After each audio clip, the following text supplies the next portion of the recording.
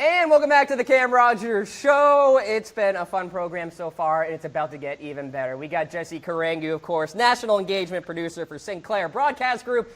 Jesse, thanks so much for coming on the program. How we doing, my man? Thanks for having me, Cam. How's life going?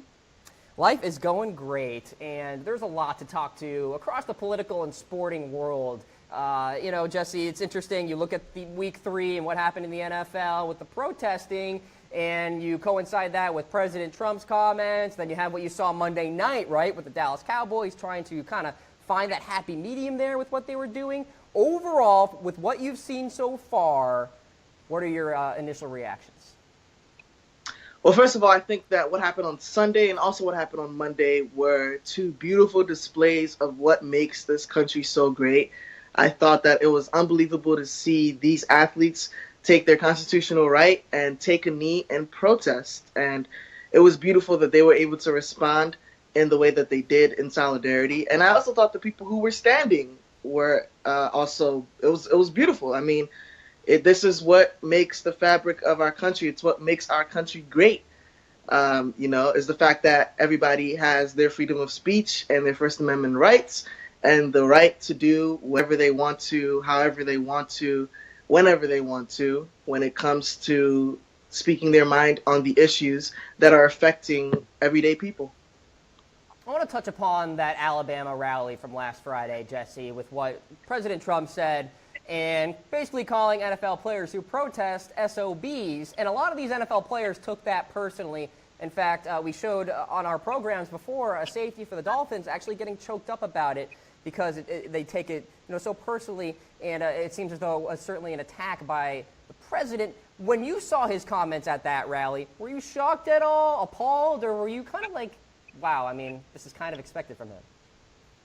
No, that's not a shock at all. If you cover this president, then you know very well that he's, believe it or not, this is going to sound strange to some people, but he is the ultimate PR machine, and he's one of the smartest people in the political public relations game that we have ever seen in American politics. Right now, we're going through, obviously, devastation in Puerto Rico, devastation in the Caribbean islands because of Hurricane Maria. We're going through a potential war with North Korea. Who knows? We're going through the fact that the president and the leaders in Congress have not been able to pass any bills, whether in regards to health care, in regards to tax reform, in regards to just so many things that were on the president's agenda. There have been issues with the immigration ban. There have just been so many issues and legislative downfalls in this presidency. That's not an opinion. That's just straight fact. That's just what's been happening. And what is a way to get your people riled up? What is a way to get your supporters riled up? What is a way to make sure that your supporters still have your back? And that is to start a cultural war, a culture war, and just to make sure that even if, certain things are not working out the way that you want them to on the Hill and legislatively, that you make your supporters know that you're still on their side. And that is obviously an issue. Like, I can tell you as a fact, as somebody who has been writing articles about this, that right. Any article that we post, there's always so much engagement and opinion and takes. And it's something that riles people up. And that's the best way for him to support and to rally his base right now. I mean, we have the 2018 midterm elections coming up soon.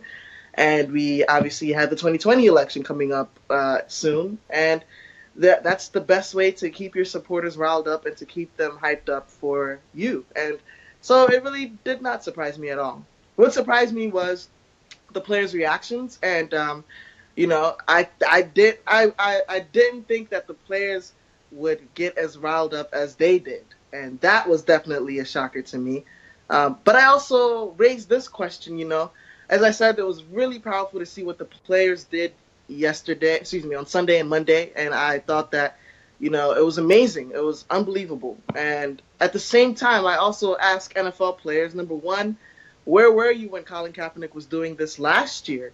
Also, racial inequality and police brutality didn't just start over the weekend.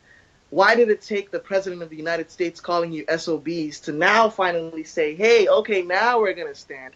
Now we're going to, not stand, but no pun intended. Now we're going to kneel and now we're going to protest? Why did it take the president saying something versus one of your own brothers who in the league, doing something for a whole year? And so the question I even have is, were all the players even protesting racial inequality and police brutality, or were players just mad because the president name called them and called them a name? And I think some players did protest for racial inequality and for police brutality, but there were other players who we never really got a clear message from them.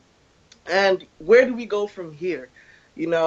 Protests and dissidents are something that make this country great, and it's something that makes this country's process of doing things so amazing, because there's so many countries around the world where if you protest or if you show dissent, that you're risking your life. You could die. And in this country, that's not how it goes. But protests and dissidents are also a step. It's the first step towards progress of something. So how many of these players who took a knee, how many of these players who decided to, no pun intended, take a stand, where are they going to go from here? How many of them are going to get registered to vote? How many of them are going to get other people to register to vote? Right. How many of them are going to try to change legislation? Because the data is there. Police brutality is happening. I mean, I think people are arguing about the aspects of what is happening, but the data shows that police brutality is happening. The data shows that there is racial inequality. People aren't just making this up. I don't wake up every day as a black man and say, hey, I want to get people mad. I just want to talk about being black and how much sometimes it sucks. No, nobody wants to wake up and do that. The fact is that these things happen. I have these experiences that I've faced in my life, that there are players who have faced those experiences in their lives. So why does it take the president name calling instead of watching everything that's happening? Why does it take? Where were you in the first 2 weeks when Colin Kaepernick was being blackballed, and he's still being blackballed? Sorry to go on and on, but I mean, I appreciate what the players did, but where do we go from here? Right, absolutely right, and I think you really are expressing what a lot of people are thinking right now. And it's interesting, Jesse. You made me think of an interview last night that Don Lemon had with Ben Watson of the Baltimore Ravens, and Ben Watson basically said, look, we want to stand. We want to be able to stand, but we feel like we can't right now because we have to get this message across, because we have to get this progress going. And so I think people don't understand that these players don't want to be perceived as disrespecting the flag and all that. That's not what they're trying to do. They're trying to get a narrative going and get some actual progress and get a solution to what is a very real problem, as you said, to the data at hand. And Jesse, I'll ask you this, not to go all AP U.S. history on my audience here, but is this what democracy is? Like the differentiation of opinion and trying to get to a common ground here? Are we in the midst of like pure democracy in your eyes? Yes. Is that a question? Yes.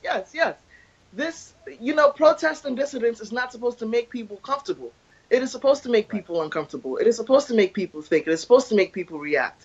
And this debate that we're having, this national conversation that we're having, even if it's maybe not being done with the intentions that it's supposed to be, even if we came up with it and it became a national conversation for reasons that are kind of weird, the fact that we're having this conversation and the fact that we're having this debate is great. It's amazing.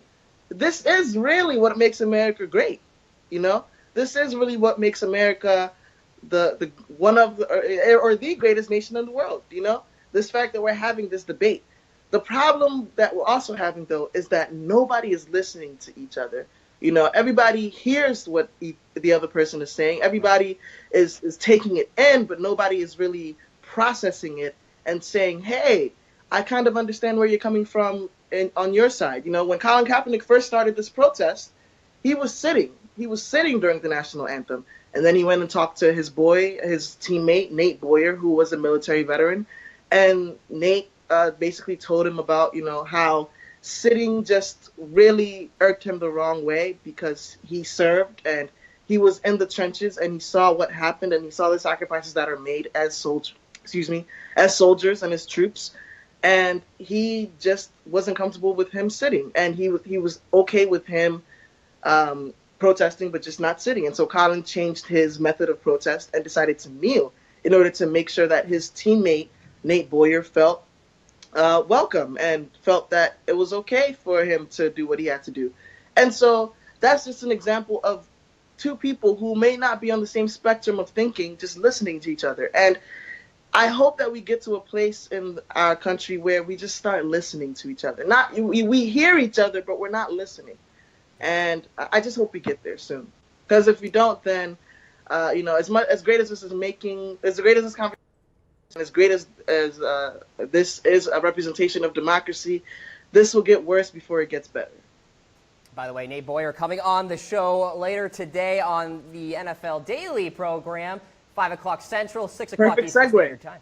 There you go, huh? How about that? You know all about that in the industry. Jesse Karangu, ladies and gentlemen. Follow him on Twitter at JMKTV. Jesse, you are very knowledgeable about this subject. Thanks so much for coming on, and all the best to you.